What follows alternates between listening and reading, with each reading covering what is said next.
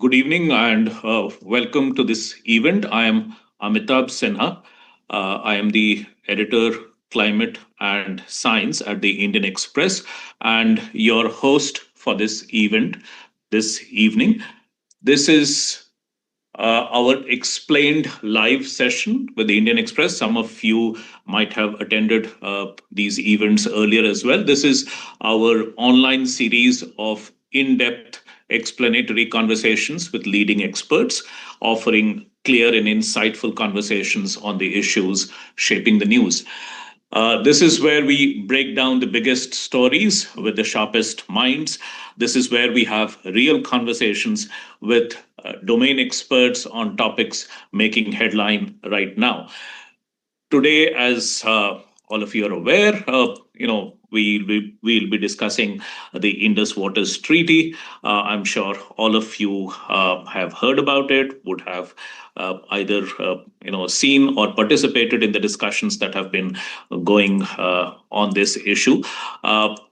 This is in India, the discussions on Indus Waters Treaty has been relatively new, unlike in Pakistan, where almost everyone is very well aware of the Indus Treaty. In fact, I was the only time I have been in Pakistan way back in 2010. I was very surprised with the way people, even 14, 15-year-old kids, were talking about Indus Waters Treaty. Everyone seemed to know about it.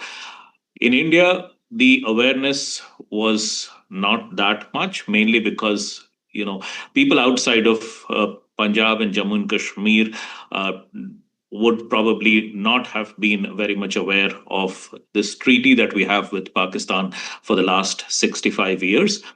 But after 2016, when the Prime Minister talked about it, and there has been an ongoing discussion after that, and particularly after the recent attack in Pahalgam, again, we have seen a revival of discussion on Indus Waters Treaty. And I'm sure all of you have heard some of those arguments on the treaty from our side. So, just the basics. Of course, Indus Waters Treaty is a 1960 agreement between India and Pakistan. It's about the sharing of six sharing of river waters of the Indus Basin, six rivers basically. Three of them called the Western rivers, three others Eastern rivers. Indus, Jhelum, and Chenab being the western rivers, Ravi, Beas, and Satluj are the eastern rivers. And these east and west are actually only relative to each other. Each one of these rivers flows from India to Pakistan. So basically, all in if not in same direction, similar direction. But the western rivers are west relative to the eastern rivers, and eastern rivers are east relative to the western rivers. That's how they are called, western and eastern. But all of them are moving in the same direction, or all of them are flowing from India to Pakistan before going to moving into Bay of Bengal. Some of the discussions on Indus Waters Treaty, mostly pertain to whether India can you know India, being the upper riparian state on these waters, has some natural advantages in controlling the flow of these river waters. And sometimes it's suggested that India should take advantage of that the natural advantage that India has. After the Pahalgam attack, you would have heard that India has put the Indus Waters Treaty in abeyance, and we'll discuss what exactly that means. And before that, for the last 2 years at least, I think the first time in 2023, India has also sent a formal notice to Pakistan to renegotiate the terms of the Indus Waters Treaty under the changed circumstances, and the changed circumstances being, climate change. There have been demographic changes, environmental changes, which have led to changes in the flow of water, the amount of flow that is in these rivers, and also there are geopolitical concerns right now. So on these grounds, India had sent a notice. In fact, it has repeatedly sent this notice asking Pakistan to agree to a renegotiation of this treaty, and make it new conform to the developments of the day, including technological changes. Now, we have with us a very eminent expert to discuss the Indus Water Treaty, what is meant by putting it in abeyance, what are India's options, are they simple options, is it a very straightforward options, or there are other ramifications as well. I must also acknowledge Uttam Kumar Sinha. Welcome, sir, to this event. Uttam Kumar Sinha is a senior fellow with the Manohar Parrikar IDSA. It used to be IDSA only earlier, but now it's called the Manohar Parrikar IDSA, and he's the managing editor of Strategic Analysis.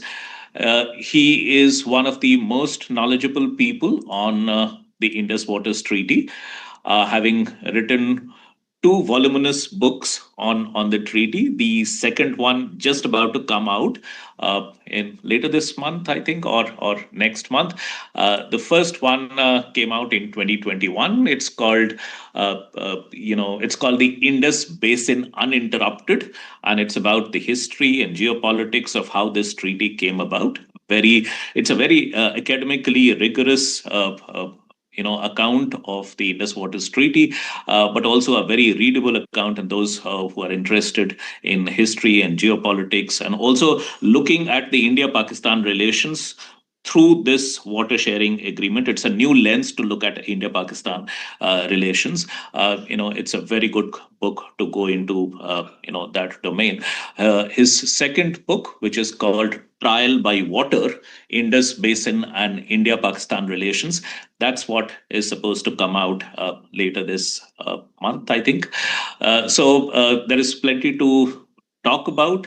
Currently, there's a lot of discussion on Indus Waters Treaty, so we'll directly now get into a conversation with Mr. Uttam Kumar Sinha. Thank you, sir.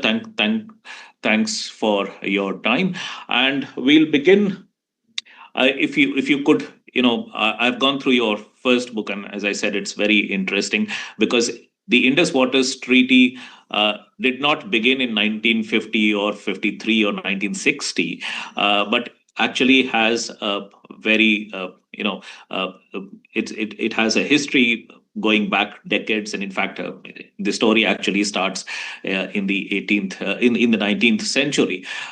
So if you could just give us a brief account of how this treaty came into being, what was the situation like in 1960 when the treaty was signed with the World Bank as the guarantor and the third party to the agreement. Thank you, Amitabh, for this opportunity to interact through the Explained platform. At the outset, I must place on record that the views expressed here are my own and do not reflect those of my institute or the government. Now, it is well said that there is a history in every river and a river in history. So it makes the subject all the more intriguing. And the Indus Basin and the Indus Waters Treaty are an intricate and complex part of India-Pakistan relations. We have to see that, and we have to understand this. It's through the relations we get a sense of where history, geography, and diplomacy all converge together on the shared waters. And I'm quite reminded often when I look at history, especially on the Indus Basin, I'm reminded of Shakespeare's The Tempest. Shakespeare says, what's past is prologue, meaning the past sets the context for the present and can shape the future. So we're in this zone today that we often look back and see how the treaty was shaped. And now we're looking ahead to see how the treaty can be reshaped. So it's a very interesting time, and we are in this zone which we have to carefully calculate and calibrate. The Indus River has this fascinating connection with civilization. And it goes back thousands of years, 5,000 for sure, and even some say 8,000 years. So it's not just a river, it's one of the oldest cradles of civilization. As you said, the Indus Valley civilization. And over the millennia, this river has sustained life, shaped cultures, and become very deeply woven in the social, economic, and political fabric of the region. And even today, as you see, and as we see the news around us, it remains significant and important. The treaty was signed in 1960, as you said. It's a very powerful example of how rivers aren't just natural resources, they are also tools of politics, of diplomacy, and importantly, of conflict resolution. And I'll give you a quick snapshot of what this basin is and what is this treaty, excuse me, and what is this treaty all about. It was signed in Karachi in 1960, September of 1960, and the signatories were Jawaharlal Nehru, Field Marshal Ayub Khan, he had become the dictator, the all-powerful person in Pakistan, and there was the World Bank's vice president, William Iliffe. There were three signatures, in fact, three hands that wrote the history of the Indus Basin through the treaty. But for me, it's a very ironic pairing. Nehru, the democratic idealist, signing a long-term treaty with Pakistan's first military ruler. And I think this is, a striking contrast to how this came about. It just shows that the treaty was so significant, so important, that it didn't really matter whether there was a civilian government in Pakistan or whether there was a military dictator. The issue was to get the treaty done, because the treaty was bugging these two countries. And Nehru in particularly was quite peeved by the way things were shaping up. So while this was happening bilaterally, it is also very important to remember the World Bank. They were not just mere bystander. They were crucial, critical facilitator. Even, I would say, they were co-authors of this treaty, this very complex negotiation that happened. Another point about this treaty, which we often tend to sort of misread, is that it is not a water sharing agreement in the way we understand, for example, the Ganga Treaty of 1996 between India and Bangladesh. I think there is something more definitive to the Indus Waters Treaty. It was the partitioning of the Indus River system itself. So the basin was divided, and Pakistan was allocated the western rivers, the Indus, Jhelum, and Chenab, while India took the western rivers, the Ravi, Byas, and the Satluj. Nehru, having signed the treaty, never set foot in Pakistan again. That was his last visit. And he passed away in 1964.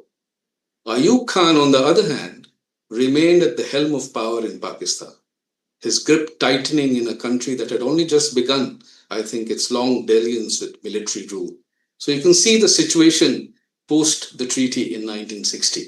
Ayub becomes far more powerful. He becomes the dictator. He commands anything and everything, and he sets the tone for what the treaty would be and what the politics will be behind it. So this is in a snapshot, Amitabh, what the treaty was in 1960. It was a river that was transboundary and a river that required a formal treaty, right? It was not an easy negotiation because you were dealing with two very difficult countries, India and Pakistan. But imagine if there was no arrangement, if there was no treaty, it would have been chaotic, especially when there is no trust between two countries. So when a river flows across national borders, it becomes a shared lifeline. And that makes things very tricky. And shared rivers, as I have seen, and I've studied shared rivers, they are naturally very political. They become very emotional, and they are from time to time bitterly divisive. So without a clear agreement in place, issues like who gets how much water and when, that's very important, who can build what, or how, for example, the flow is managed, can quickly turn into a serious disputes and disrupt a relationship. And before we get into the nitty gritties of the agreement itself and its ramifications and what the road ahead for us is, if you could also just briefly tell us, what was the context in which the treaty came about? Meaning, who felt the need for having this treaty, and who approached, and what was the process through which this came about? Mainly because not all transboundary rivers actually require agreements, and there are quite a few which there are agreements on. You mentioned India, Bangladesh, the Ganga Treaty. There is one on Nile River, which is very famous. The Mekong River, China and the Southeast Asian countries. So there are very good examples of transboundary agreements as well, but not all. Most of the rivers, a lot of rivers in the world actually flow through different countries. Not all of them require an agreement like this. So if you could just give us a little bit of context on what were the concerns of India and Pakistan at that point of time, and who felt the need to have this treaty and then initiate the proceedings to get a treaty like this done. Yeah, you're quite right. I mean, not all transboundary rivers are governed by formal treaties. I mean, in many cases, countries manage shared rivers through informal arrangements, joint commissions, or even long-standing customs, especially when the relations are friendly and stable. It's not always about signed treaties. Sometimes practical cooperation on the ground does the job. But when countries do sign formal agreements, they often create more structured and lasting frameworks. And a few good examples, as you said, come to my mind.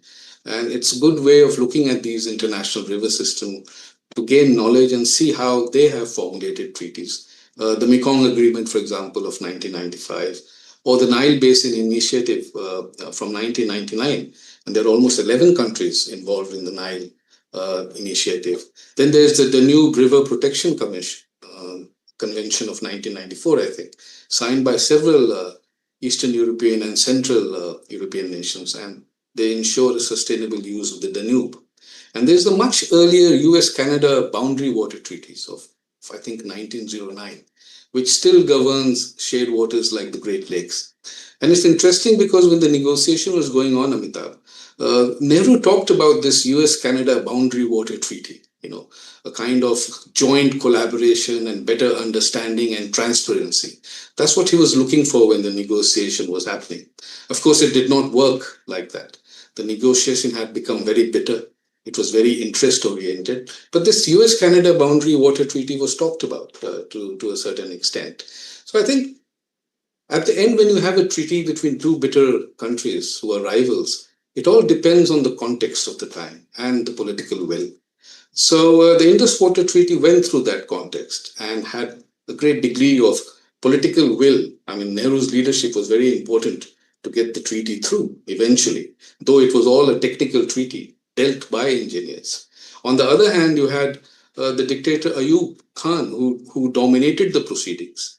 And they say that if Ayub Khan was not there in Pakistan and if there was a civilian government, the treaty would have gone in endless discussions and dialogue and never would have been signed. So these are interesting elements. But I think the real reason why the treaty came about, and it was not just a geographical division of the rivers. It was very deeply political. Both nations had just emerged from the violent, traumatic birth, and there was little trust to begin with. And I'm talking about the 1947 partition. But for Pakistan, I think the stakes were existential. They were the lower riparian suddenly. There was a new geography that was created in 1947. India was the upper riparian and Pakistan was the lower riparian. So the stakes were pretty high for Pakistan. It was existential stakes. Its survival depended on rivers, which now originated across the border in India. And when Cyril Radcliffe was drawing the boundary, India ended up with two very critical headworks. The Firozpur headwork on the Satluj and the Madhupur headwork on the Ravi. And these headworks were feeding the canals in Punjab, in the Punjab part of Pakistan, right? And they had a very integrated irrigation system. So the control of the water on the Indian side bothered Pakistan immensely, right? They felt that controlling the canal system and controlling the waters of the vast stretches of the land in Pakistani Punjab would be absolutely vulnerable for Pakistani leadership. So I think this set the tone to have eventually a more formalized arrangement the Indus Waters Treaty that came about. And you might wonder whether it was just plain luck that it came about, because given the politics between the two countries, the difficulties that existed, one would really wonder how the treaty was actually signed. So, and I think not really. It wasn't luck. I think there was a great deal of emphasis on engineering aspect of the treaty.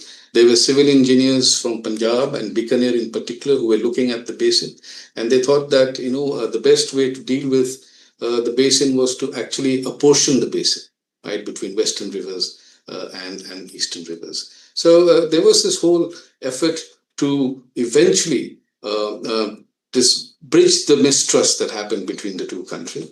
So much so that initially when the Radcliffe was talking about the joint control of the rivers, joint management of the rivers, neither Jinnah or Nehru accepted that idea. In fact, they rejected it outrightly.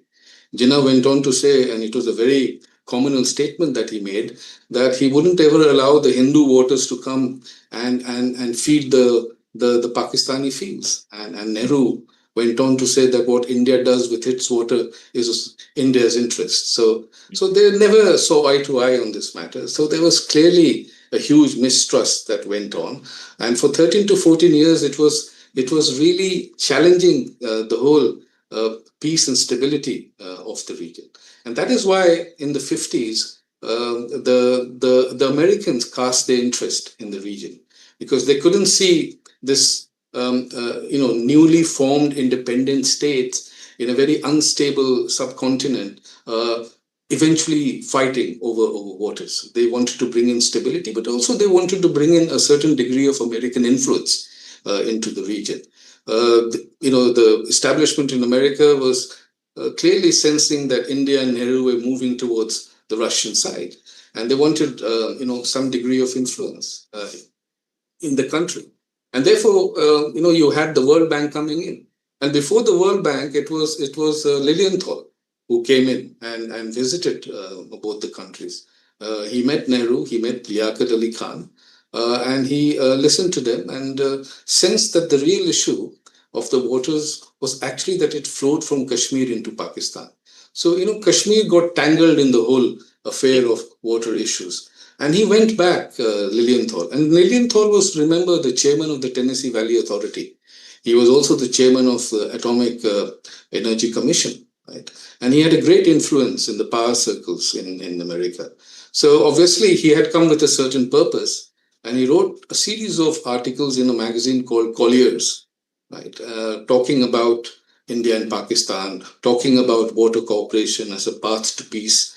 And Collier's was an interesting news magazine. It was quite popular. It was something like the Indian Express. It was an investigative magazine, investigative journalism.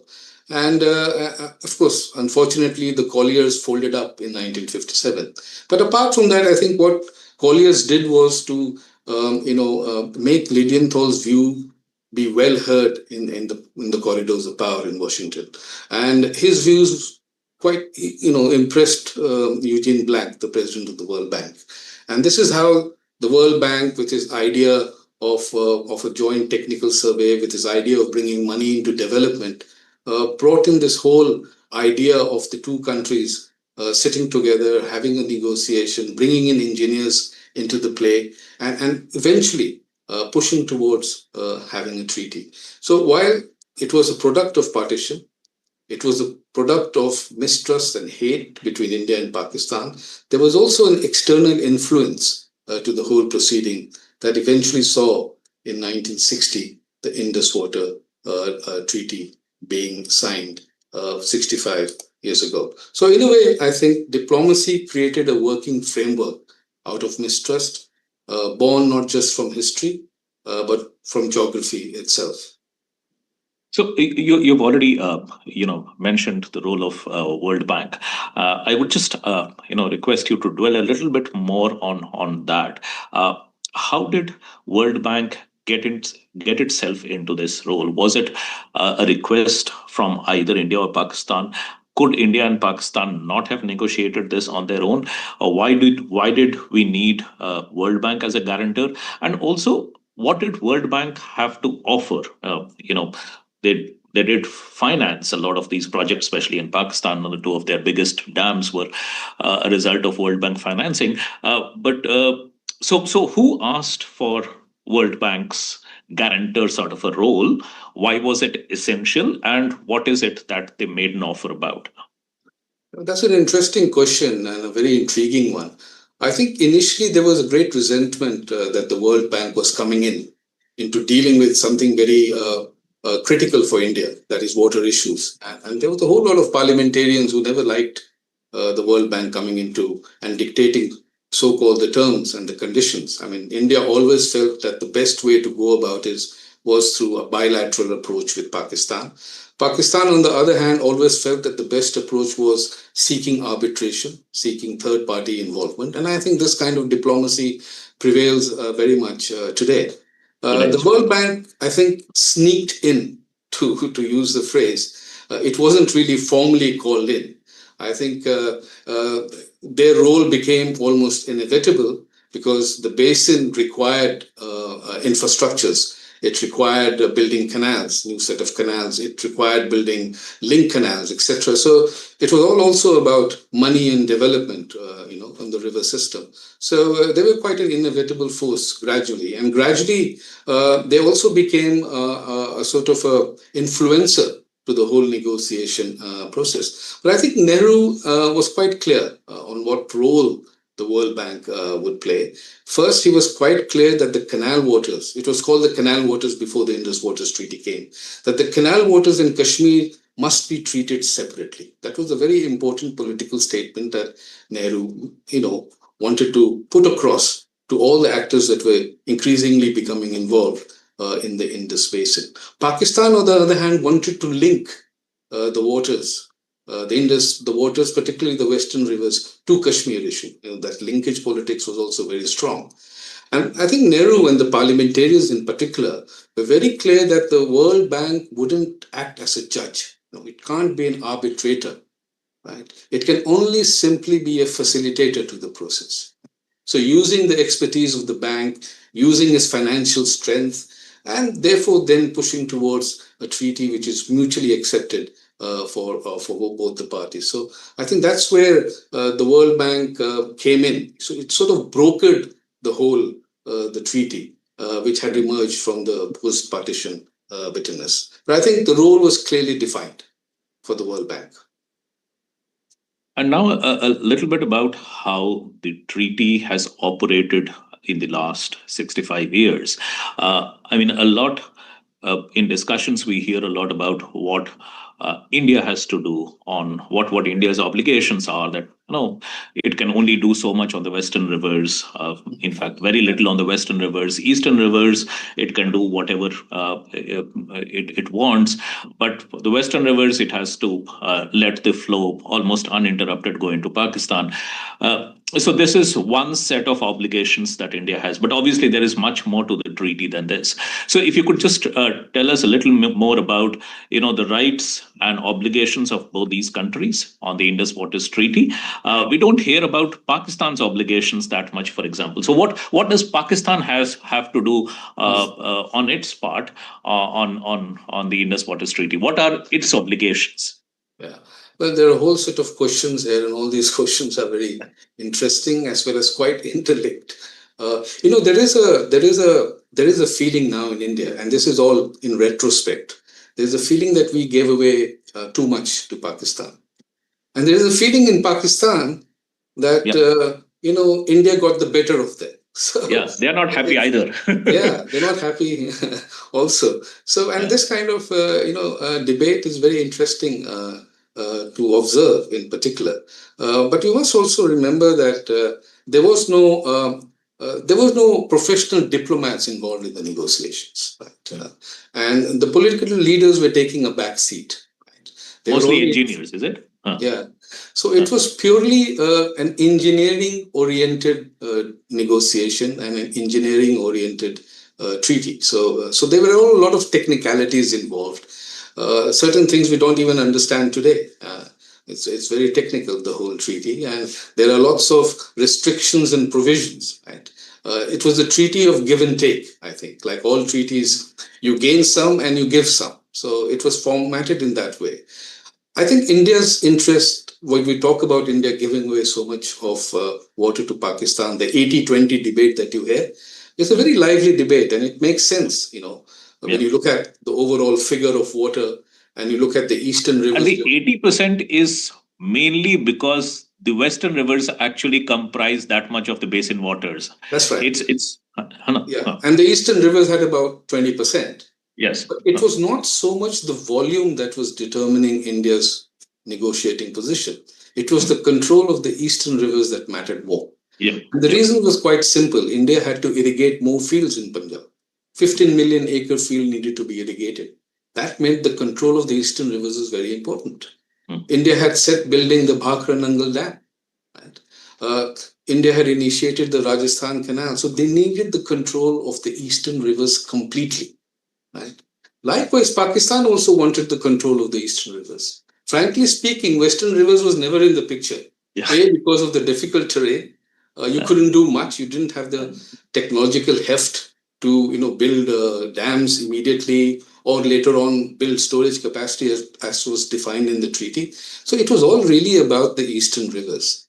And India retained its interest in the eastern rivers. And that is why Pakistan still complains today that we lost the eastern rivers. That India got whatever it wanted, and they did. They apparently wanted some 30% on the eastern rivers or something like that. Because they had this integrate fields. The canal system was more in Pakistan side. So I think our engineers did a very good job, I think, to retain our interest on the eastern rivers. And it was a complete 100% retention. We had complete exclusive rights on the eastern rivers, and therefore we had to concede on the western rivers. So we said, let the western rivers go to Pakistan. But even in the western rivers, we have got something out of it. We have got a certain storage capacity. They're limited, but there's still storage capacity. More than what we had originally proposed, actually, isn't it? Yeah, and 7 lakh hectares of irrigation field, which means you can use more water for that. So I think this narrative of India gave away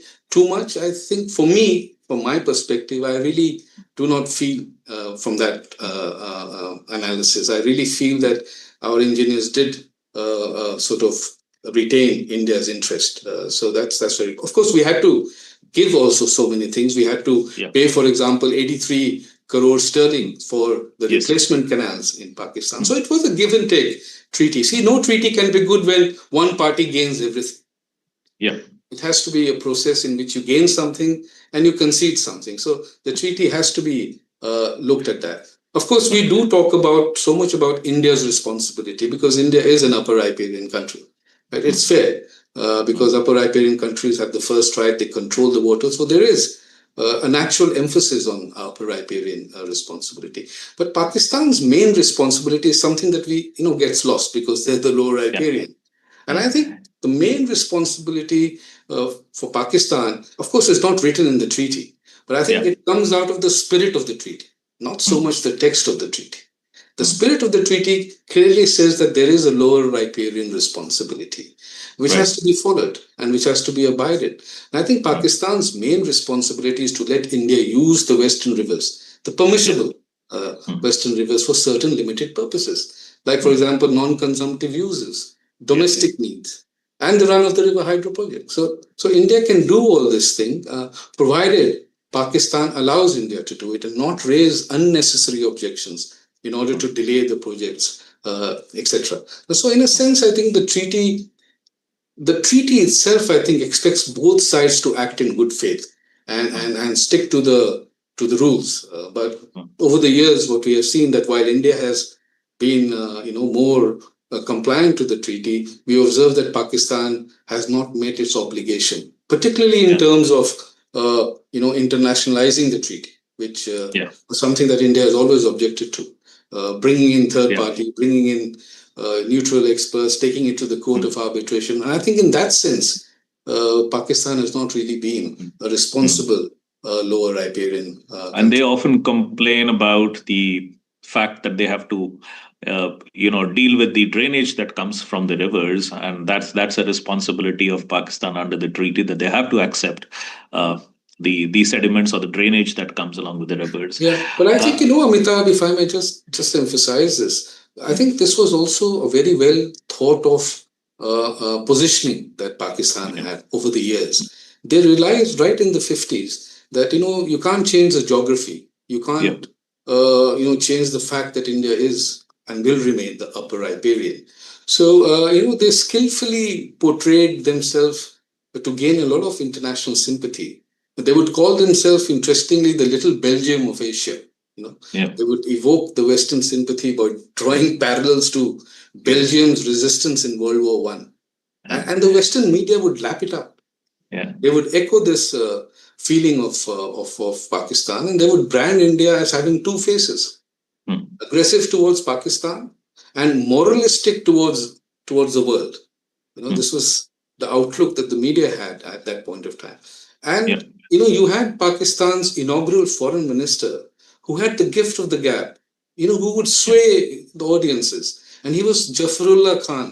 Yeah. And he would often Sir Zafarullah Khan. Yeah. And he would often speak in the United Nations and move, Yeah. the members, talking about India's actions as being callous in terms of stopping the waters, etc. There will be tears in his eyes. So I think the propaganda playbook of Pakistan is very interesting to observe how they have used the rivers to build their own propaganda. And Yep. this is a playbook which is still in use today. And India must factor this into its strategic and diplomatic calculation as we move ahead in looking at this treaty.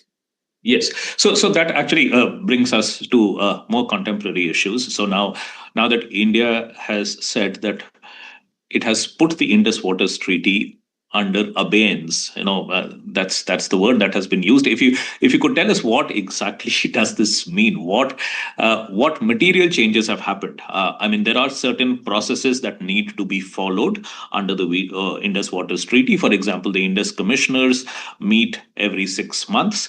Both India and Pakistan have a permanent Indus commissioner, and they hold a meeting every 6 months. They share river water data. They have consultations on the storage and construction if something is happening. So that's a regular channel of meeting that happens between the two countries, and this is what has continued when we see the discussions. That Indus Waters Treaty has survived all the wars and everything, and it's true that even during the wars, the meeting of the commissioners used to happen. So this permanent commission, does it impact their work? Does the data sharing stop? Can India carry on with construction on the western rivers? Can it build storages in disregard to the existing provisions of the Indus Waters Treaty? Now, these are some of the questions that are being discussed. I don't think we have full clarity, but I would like you to dwell a little bit on this. Yes, you're quite right. I think we are in a time when we are really relooking at how this treaty is functioning, because it's never functioned the way it is now. It's never been in a situation like this earlier.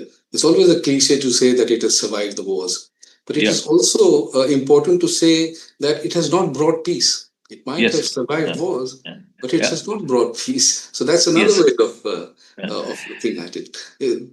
We've signed the treaty. It's been 65 years. But the tensions have continued to exist. There have been problems at every corner with India and Pakistan. So this is an irony that what was the whole thrust of the treaty was that eventually India and Pakistan might settle down and eventually work in a more constructive manner. But that really hasn't happened. And therefore, we are now in a time when the treaty has been put in abeyance. It sounds very dramatic, but it requires some unpacking, I think. When India says that it has put the treaty in abeyance, it doesn't really mean that the treaty is cancelled or abrogated. I mean, this has to be made very clear.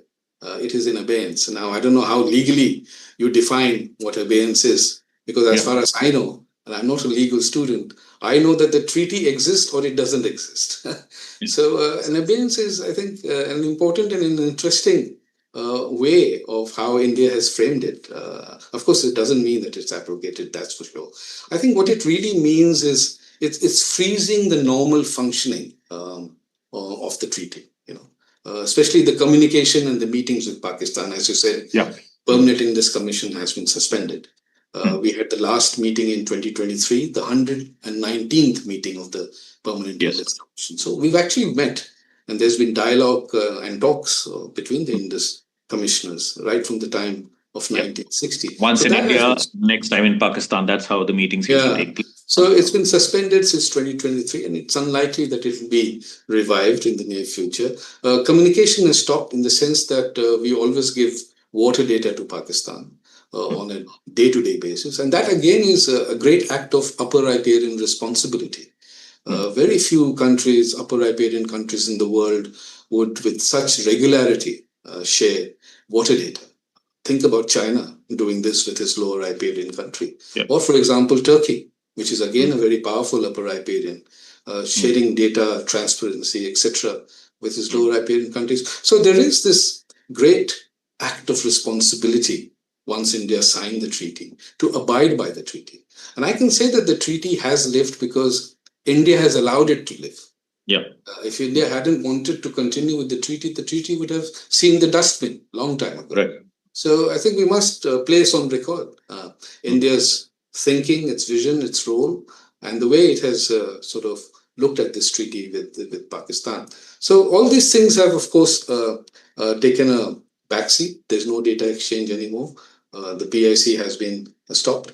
I think there is also a strong diplomatic signal, and this, I think, has a larger ramification that, and it says that we're not walking out of the treaty, but we're also not pretending to be business as usual. So there's no pretension anymore. It's a serious matter what Pakistan did. And I think that signaling is also very strong. But also interestingly, Amitabh, if you look at what happened in Uri, 2016, the Uri attack or the Pulwama attack in 2019, I think our approach was different. It wasn't the same approach that we are having now. I think there were also major terror attacks. There was a lot of public and political pressure on India to respond strongly, as it was in April. And there was also, calls to revoke and tear up the treaty. But it didn't go that far. Instead, it made a political statement. It was a very powerful political statement that probably sees the light of day now, that blood and water can't flow together at the Prime Minister. So what really followed was a push to maximize India's right under the treaty, especially on the Western rivers. And I think this is where I have noticed that India hasn't really been strong enough to utilize the provisions on the Western rivers. In the last 65 years, there is a tremendous thrust in this government to fast forward and put on fast track the various projects on the Western rivers. But, we've been very slow on optimizing the provisions of the treaty. There's nothing wrong in the treaty. What is wrong is in our slow approach of, activizing the whole provisions that exist. We haven't done that. Our storage capacity is very poor. We haven't met our targets on hydroelectricity.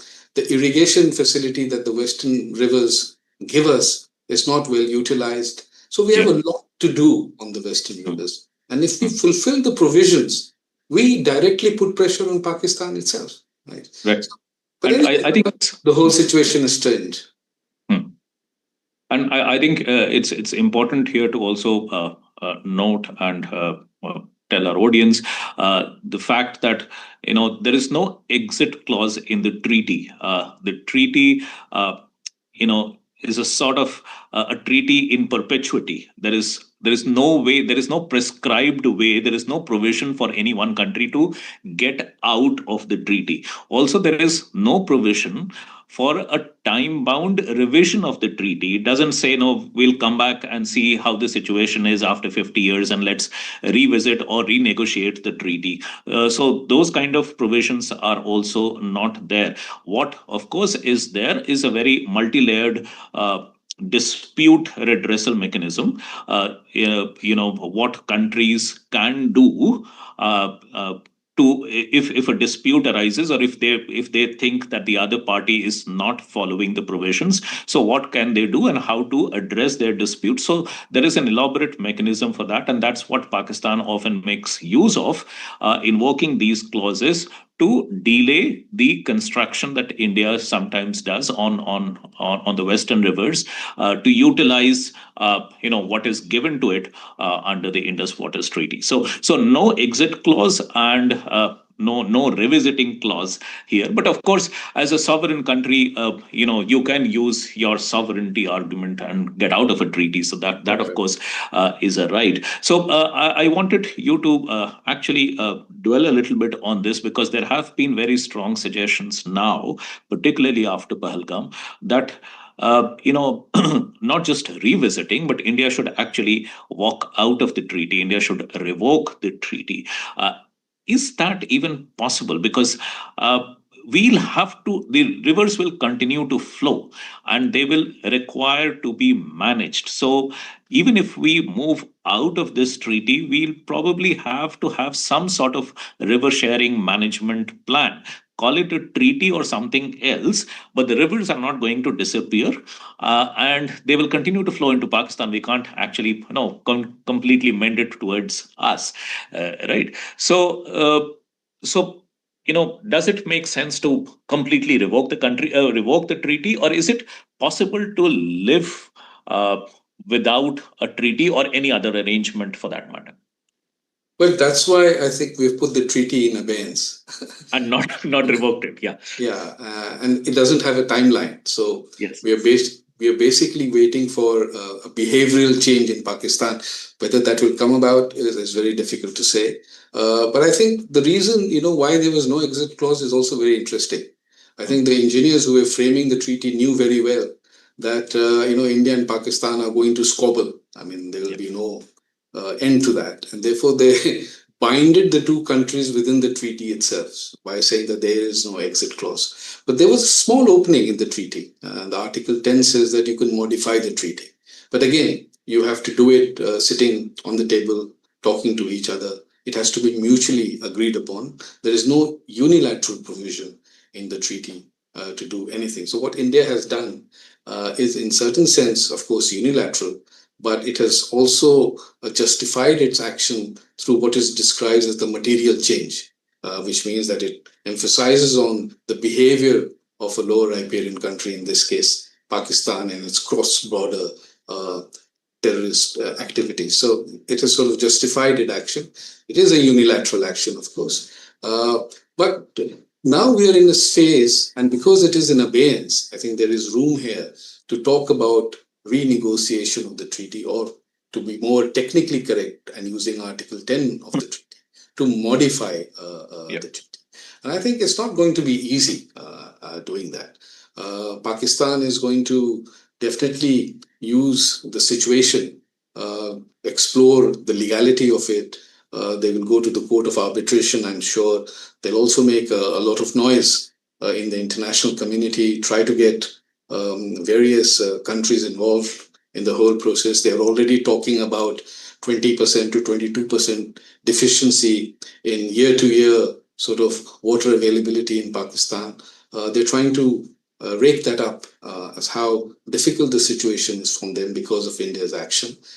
So they will try to get that international attention going. I think that they're very good at doing that. But I think India has to be focused on what it really wants to renegotiate on the treaty. You're quite right. The rivers will flow. It's a very intricate and complex river system. It's not easy to control everything. You can optimize the rivers. You can maximize its benefit, but you can't really control the way you want to.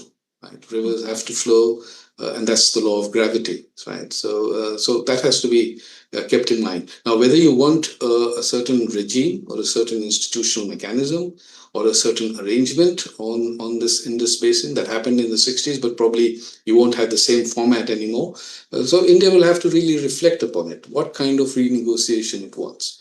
And certainly when they do that, I think they would look at 3 to 4 things, I think, which I feel India will stress upon. Whether that will be accomplished or not is difficult to say. The first, I think, would be to really rework the dispute resolution mechanism. There's a 3-layered approach in the treaty itself, which talks about differences and disputes. Right. So there are 3 layers. which talks also about when it is a dispute, you go to the International Court of, the COA, the Court of Arbitration. And that, I Right. think India has, through the experiences of the last Yes. several decades, found that that has been, in a certain sense, politicized by Pakistan. Taking all our structures to the Court of Arbitration and delaying the process, putting an additional cost to it. I think that will be sort of restructured. What India will insist here is dispute, differences, disagreement will all have to be settled bilaterally between India and Pakistan. At best, a neutral expert to talk about the technicalities of the project. So I think that will be more a two-layered approach rather than a three-layered approach. Now we have to see whether Pakistan agrees to that or not. Yeah. Third, I think it will be keeping in mind the exit clause you said. I think we do require revisiting any treaty now in the future after, say, Yes. 10 years or 15 years, whatever Yes. the agreement would be on this matter.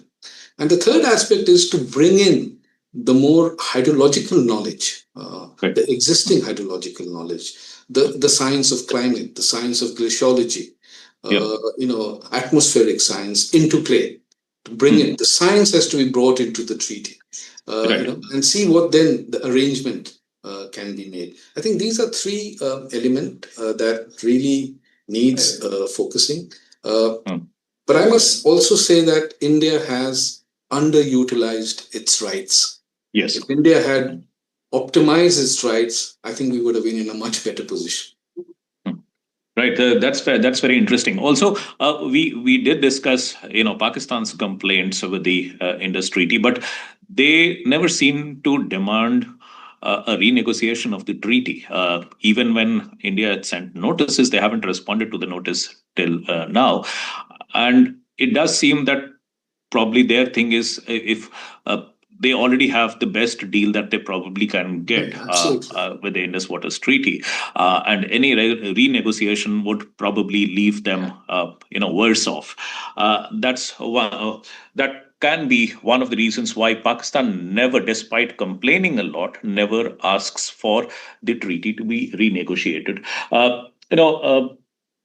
Moving forward, if we do hear in the discussions a lot about India stopping water flow to Pakistan. No, I think it's something that I would want you to discuss a little bit. One, why it is not possible for river water flow to be stopped. It's not exactly a tap water that we are talking about to switch off. So one, that, and two, the fact, I would want you to discuss a little bit the fact that we do not actually need to stop the flow of the water to get what we want from Pakistan, or to push for a behavioral change from Pakistan. I think a little bit of disruption or uncertainty, if we are able to bring in into the flow of the water itself, and that is entirely possible, even though the stoppage of water probably is not, that would be sufficient. Do you think this is what is required? Yeah. Any sort of intervention on the rivers, especially on the western rivers, can create disruption.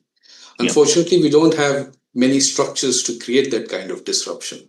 We have possibly just two, the Baglihar and the Kisanganga, where we can manipulate the water to create a certain chaos in down riparian parts of Pakistan. But I think I would be very careful using the word stoppage of water. I think it creates a kind of a sympathy towards a lower riparian country, across the world. Especially when we are reaching out to international community, trying to explain our action, I think we should use the word optimizing our rights. I think that is a better way we have to nuance it better. I think aggression doesn't mean, by openly stating that we are stopping water. I think firmness means that you are utilizing the rights in the treaty, you're doing what the treaty tells you to do, and you're focusing attention on that. So I think optimizing the treaty would be, on the western rivers, would be a far more better expression than saying stoppage of water. I remember in the 50s, stoppage was the word that Pakistan used to build up its propaganda against India. And if one does a deep study on this, I think one of the reasons why the Western countries had a certain impression about India was precisely this, that they were stopping water which would reach the common man, reach the farmers, etc. So you would bring in this great degree of sentiments into play in Pakistan, and it might also lead to certain desperate acts. I think we need to be very careful here Yeah. in how we and what we do in terms of our waters and in terms of how we share it with Pakistan. So this is something that we need to do. We need to, of course, build our water structures, Amitabh. This is a long pending activity. I think this government is really pushing hard to bring in the net benefits of the Western rivers. We have what is called a 3.6 million acre feet storage capacity that we can achieve. It's not easy to do that, but I think we're only 0.898 at this moment. Yeah. You see, there's a long way to travel here. And then also there is an estimated 20,000 megawatts of hydropower potential on the Western rivers. And India has only developed about 4,000 megawatts.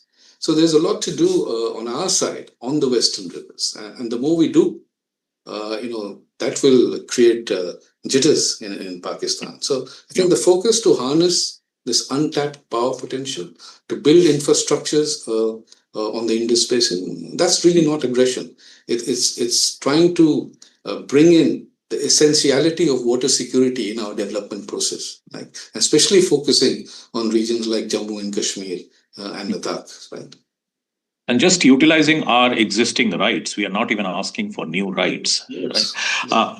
And before we open it up for our audience, I think the last question, and this is something that often comes up in the recent discussions, and I'm sure some of our audience might also be interested in this question. The argument that if India does not honor its obligations, or it puts the Indus Waters Treaty in abeyance, there can be international ramifications, and often the argument that is given is that we are lower riparian. Vis-a-vis China on a few rivers, and considering the kind of relationship that exists between China and Pakistan, our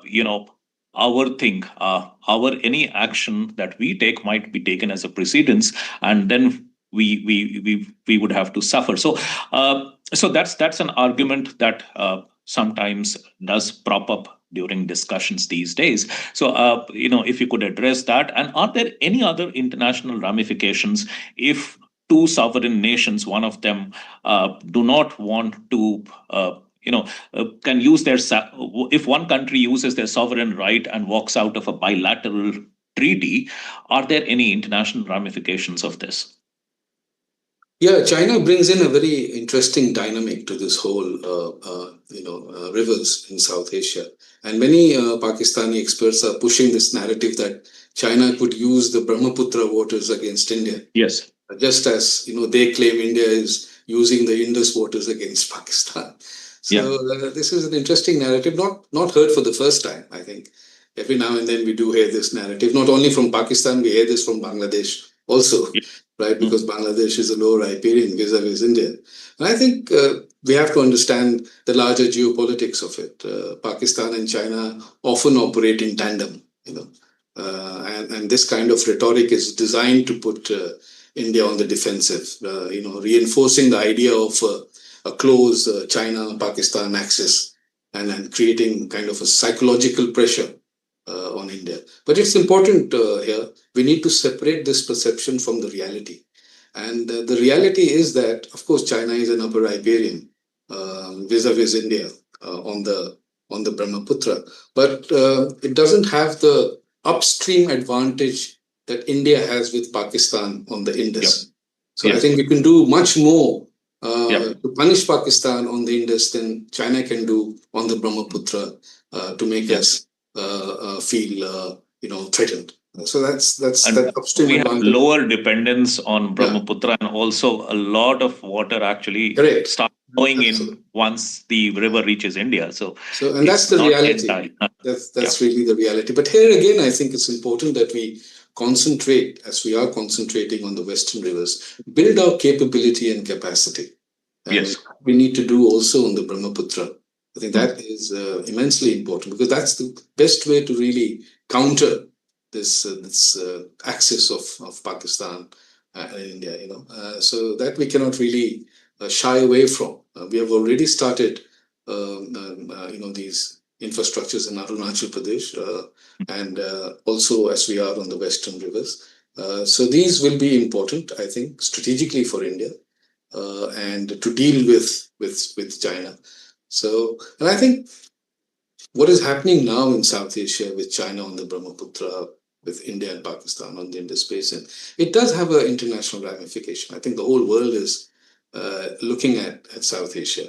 Earlier the world would look at South Asia as a nuclear flashpoint.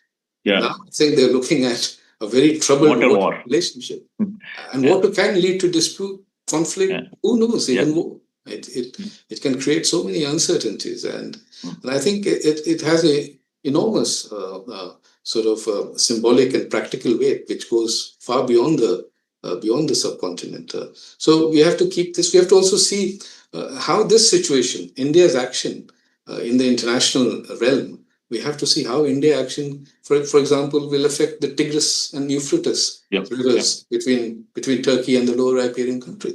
Will Turkey will be emboldened in such manner to take similar action as the way India has? Or, for example, the Nile Basin initiative. What will Egypt do? So it's an interesting sort of situation emerging. But I think the West, in particularly America, and we have to be very cautious and careful about this, that the West will push for stability, they will push for legal process, and they will act as conflict preventer in this region of ours, on the Indus Basin in particular. So we have to be mindful of this. We have to see how things evolve, and we have to strategize our process, I think, in a much more integrated fashion. I think we need to bring in not only diplomacy here or engineers, but we have to bring in the legal aspects. We have to bring in the scientists as well. I think it has to be a much more integrated approach and process in strategizing the Indus Basin for the future. Wonderful. Thank you. So now we move to the audience questions. I'll invite a few members from the audience. They will ask you a question. I'll give the mic to them. And the first question is from Minu Sangha. Minu, are you there?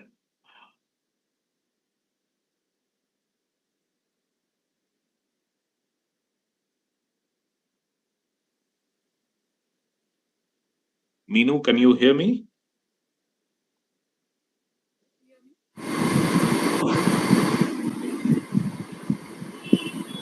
Are you able to hear us? Yes, please go ahead. Yes. Okay. Thank you. So my question is, now that the treaty is in abeyance, and our own country, we need a lot of water for ourselves now. How possibly can we use this time to negotiate in a way that we can use the IWT to our advantage now, using the Western River waters that we can for the shortage in our states? Well, we really don't need to renegotiate at this moment. It is in abeyance, the treaty. So we have all the time, and we haven't set a deadline. So it's wonderfully crafted, I think. This is what I call, strategic recalibration on the Indus Basin. So we have the treaty in abeyance, so therefore we have the time to do what we want to.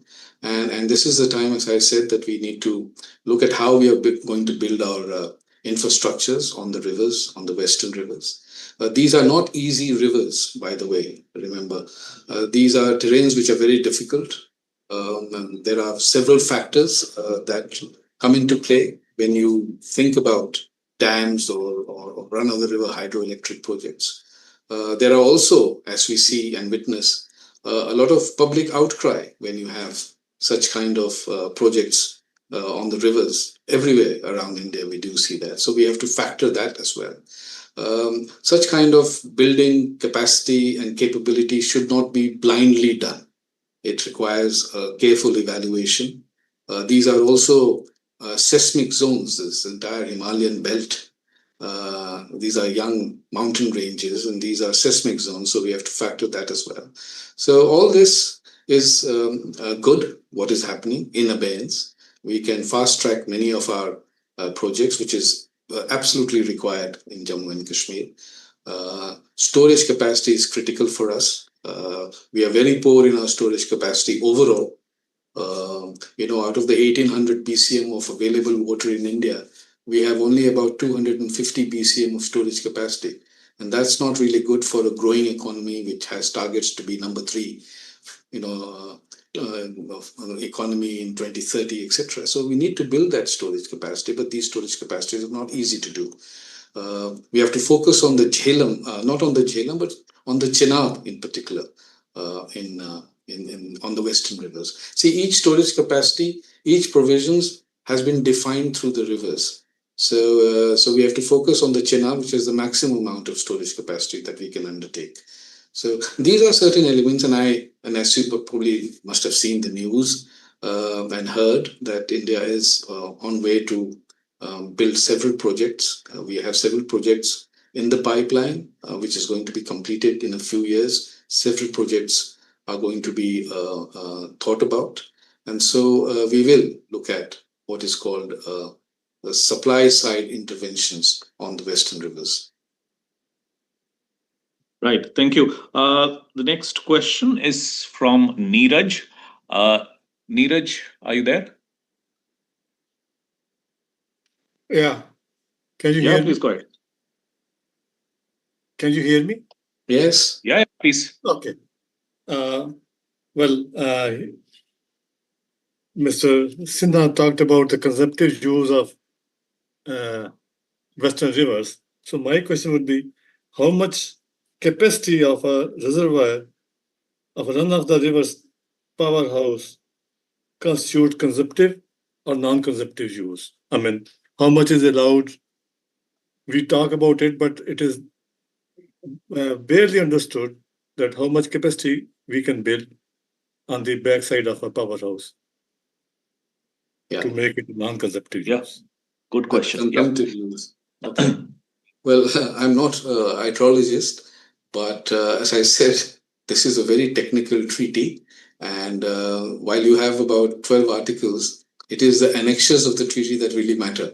So we have to look at the kind of figures and the data. You have to go to these annexures, and particularly Annexure D, which talks about storage and consumptive uses and non-consumptive uses. So it's all well defined in the treaty itself. I think it's important to read the treaty. We often miss reading the treaty, and we often particularly miss reading the annexures. So it's good to look at those annexures, and I think it is well written. Overall, what it states is very simple. India has been given provisions on the western rivers, though the western rivers are exclusively used for Pakistan, but India has certain rights on it, and that rights or the provisions have been defined quite clearly. It has been defined through storage of water. It has been defined through run-of-the-river hydroelectricity projects, and there's no restrictions on that. India can have as many run-of-the-river hydroelectricity projects on the western rivers as it wants to.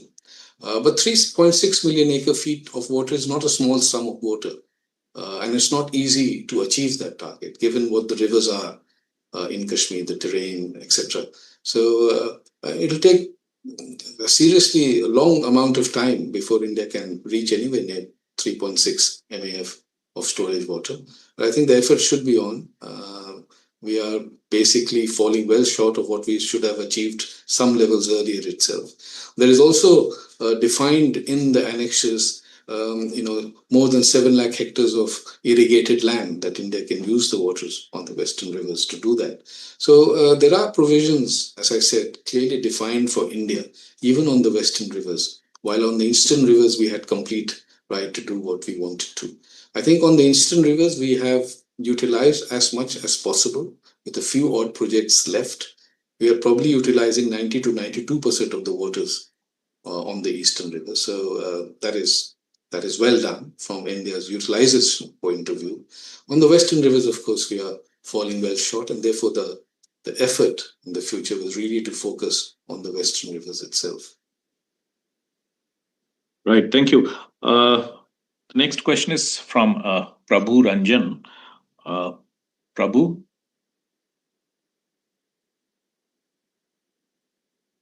Please unmute yourself and go ahead.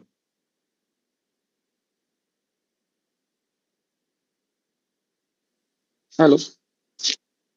Yeah, please go ahead. So my question is that actually, sir, give the answer, but I'm again asking the question. If China built the dam, and how India safeguard its territory, and how Bangladesh impact on it? I'm sorry, can you repeat the question? Can you be a little clearer? Okay, sorry. Actually, I'm not. Uh, Actually, sir, my question is given in writing. Actually, I'm not able to speak in English. So Okay, so if I understood your question correctly, I'll ask for you. Are you asking how China would respond, or does it have a China and a Bangladesh complication in this entire narrative? Is that the yes, sir. question that you want? Okay. Yes, sir. Oh, so it's about China. Yes. And So, Bangladesh as well. Okay, so we are low riparian to China on the Brahmaputra, and Bangladesh is low riparian to us on the Brahmaputra. So if Bangladesh thinks about doing something with China to push us in the corner, I think that would be a fruitless exercise, because we could do many things to Bangladesh if we want to, through the rivers, both from the West Bengal side and from the Tripura side. So these are such ambitions which certain countries tend to have in a given situation.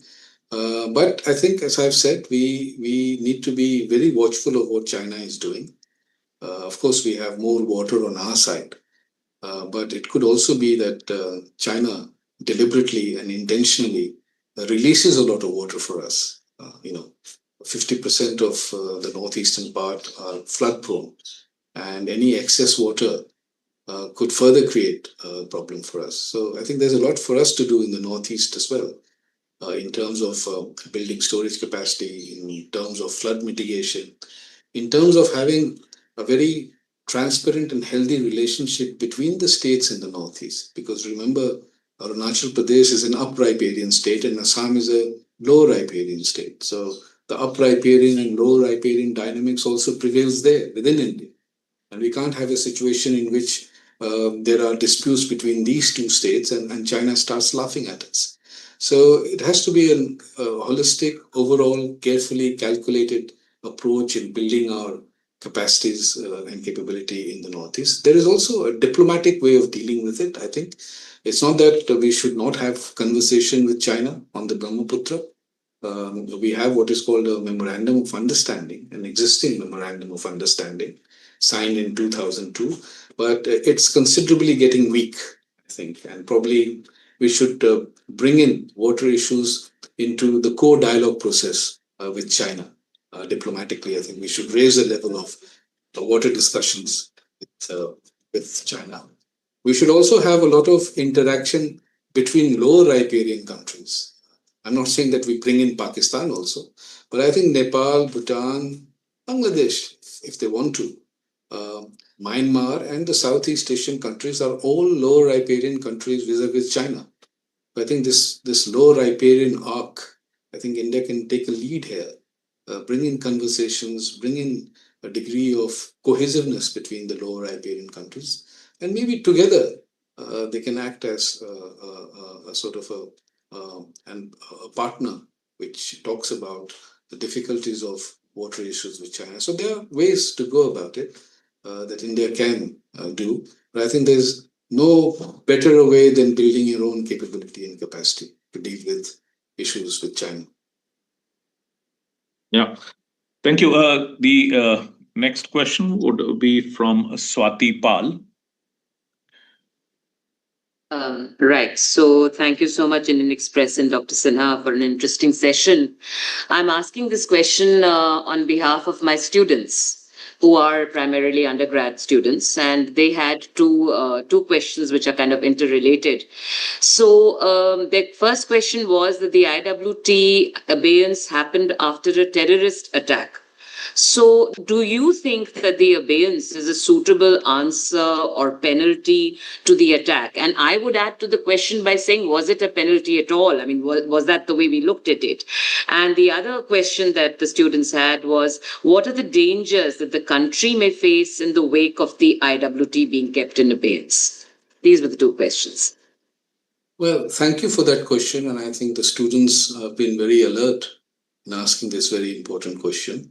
The treaty in abeyance, I think, is well calibrated.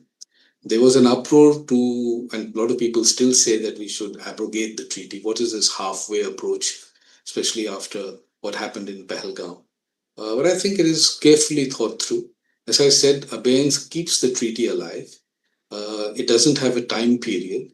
It allows us to do what we want to do. We have also, through the treaty and because it is in abeyance, we are using it as a leverage now with Pakistan. For example, we're not sharing data, which we earlier used to do. There is no dialogue through the Indus commissioners anymore. And we are doing what we can. We are not informing Pakistan of the desilting that happens in the dams. We are doing what we want to. We are putting pressure on Pakistan. We are disrupting a certain amount of water flow to Pakistan, that which we can do. So it's a nice way. I think it's well thought of abeyance. Of course, it's not legally grounded, but it does make sense given the situation, because ultimately you can't control all the rivers, right? You can't control the flow volume of the rivers, and therefore you'll have to think of a better approach, which is both a pressure tactic on Pakistan, but also gives you the leeway to do several things which you had not done earlier because you were tied to the objectives of the treaty or tied to the articles of the treaty in a certain way. Now, what will it do to us later? What kind of damage will it have? What kind of ramification it will have? I think as I said, there is going to be an emotional factor in Pakistan. People are going to raise objections, up in arms, probably. The military establishment, the political establishment in Pakistan will play into this emotion, the public emotion, and we have to be clear that there is public and there is the establishment in Pakistan. I think the establishment will play upon these public emotions, drum it up, take it worldwide, talk about India's aggression, etc. And we'll have to be prepared for that. We'll have to prepare for this sort of eventuality with Pakistan, as we are being prepared as to what kind of renegotiation will happen on the Indus Basin when things settle down and when Pakistan agrees to come onto the table and renegotiate. But before that renegotiation happens, this abeyance is a good method. I think it's a good method. It's a good tool. It's a good instrument, right? Right. Thank you. The next question is from Adish. Adish, please go ahead. So I have actually two questions. The first one is that the Indus Water Treaty states that India can use only 20% of Indus's water. So was that really the case before the Pahalgam attack?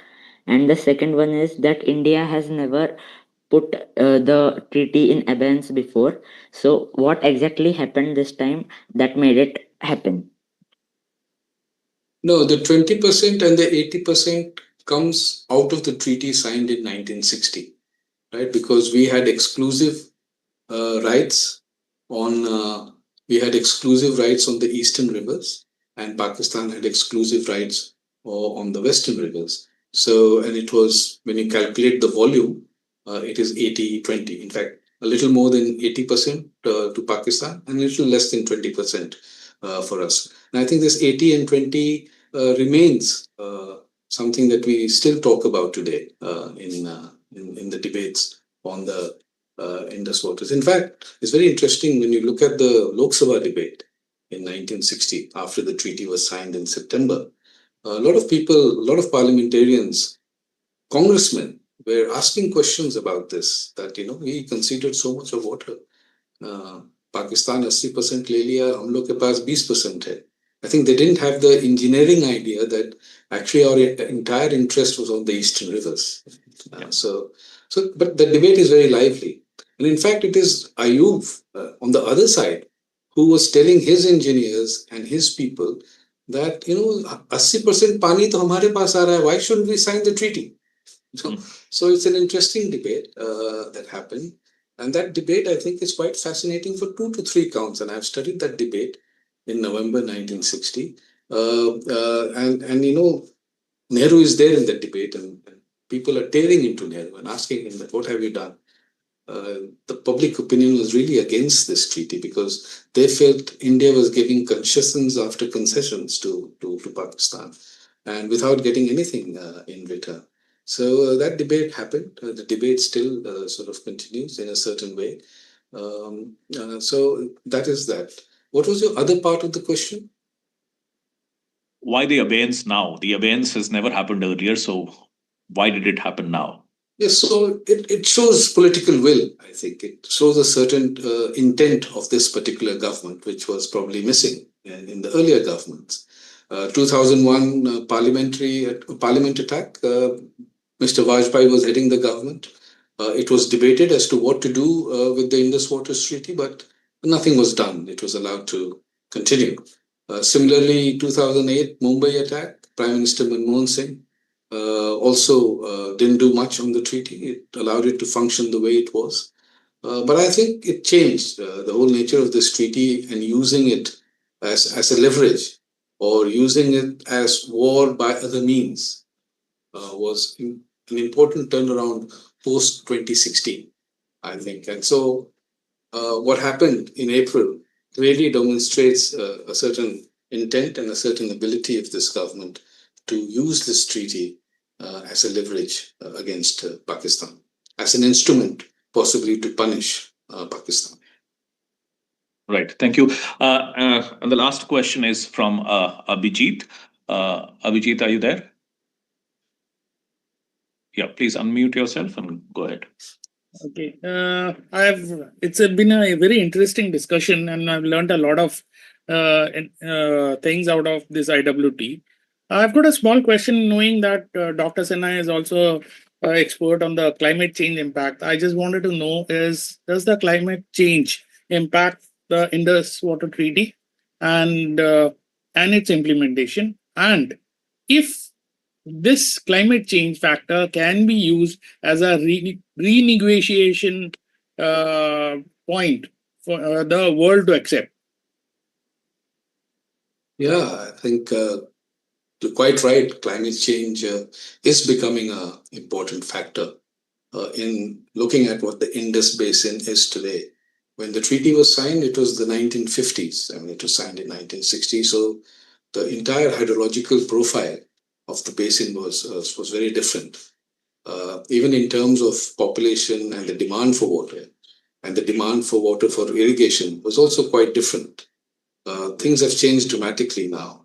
And I think this is one of the reasons why India is justifying its action for renegotiation on the treaty. Some of the communication that has happened at the government level between the Ministry of Water Resources here and between the Ministry of Water Resources in Pakistan is precisely based on this, the changing landscape or the changing waterscape, the impact of climate change, new knowledge on the river flows, etc.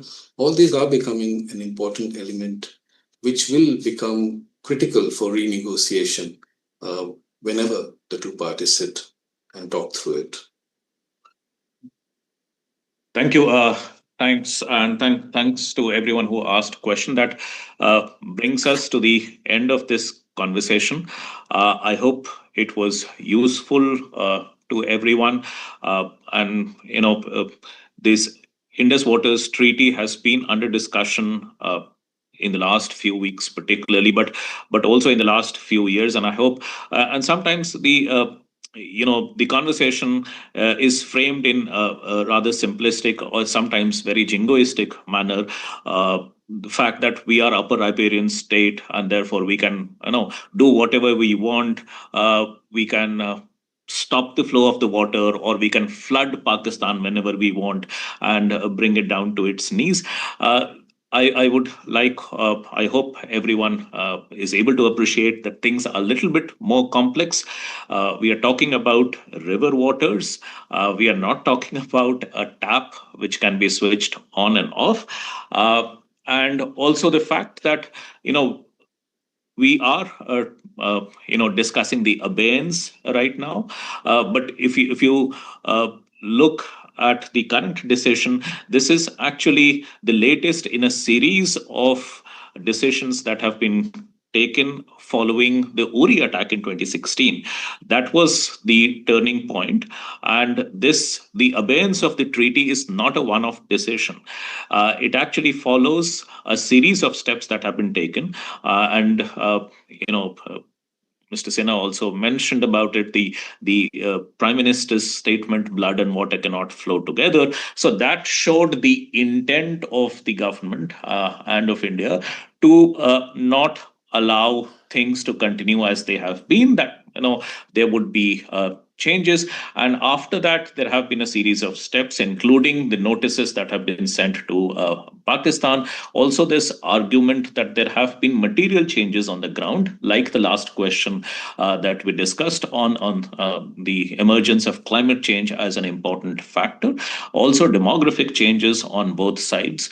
Also, technological changes, which allows the kind of construction that was not permitted earlier under the treaty. So those are important as well.